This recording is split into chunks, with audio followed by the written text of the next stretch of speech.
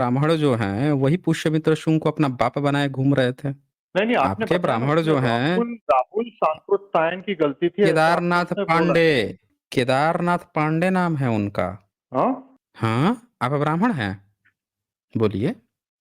O Manu the great. देखिए मनुआ के पुत्र जो हैं साइलेंट कोमा में चले गए पूछते ही। भारतीय भारतीय। भारतीय बन गए। देखा आपने, ब्राह्मण बताने में शर्म आ रही है लेकिन केदारनाथ पांडे नाम सुनते ही शौक में चले गए, एकदम शौक। मैं बताता हूं, आपके ब्राह्मणों ने ही ये गलतफहमी फैलाई थी। आपकी एक किताब है श्रीमद् भागवत सुधा सागर, सुना है नाम कभी? सुधा सागर। श्रीमद् भागवत हाँ सुधा सागर, हाँ महापुराण, भागवत महापुराण, पुराणों में महापुराण, सुना है ना? उस किताब हाँ हाँ, के महापुरुष। आपके ब्राह्मणों ने लिख के आई फेक न्यूज फैलाई थी कि बृहदत्त ने सेनापति था, उसने हत्या कर दी थी। और फिर इस कहानी को पढ़ के राहुल संकृत्यायन भी अपनी किताब में डिटो लिख दिए।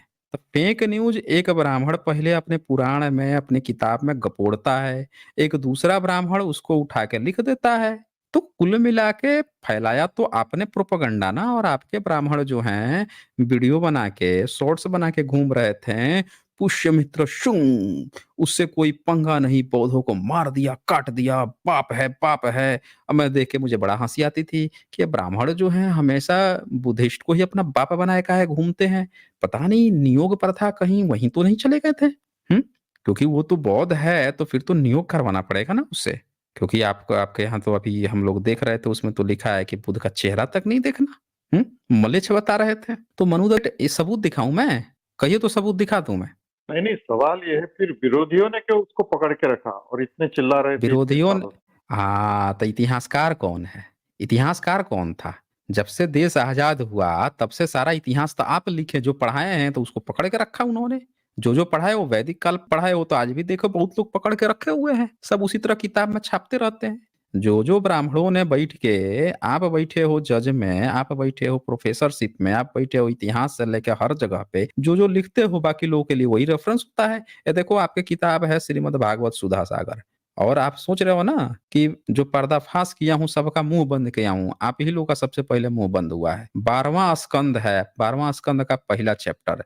इसमें आप चर्चा करते हो वंशावलियों की, और वंशावलियों की चर्चा करते हुए क्या लिखते हो यहाँ पे? 137 वर्ष पृथ्वी का उपभोग करेंगे। बृहदत्त का सेनापति होगा पुष्पमित्र शुंग, ठीक है? बृहदत्त का सेनापति होगा पुष्यमित्र शुंग।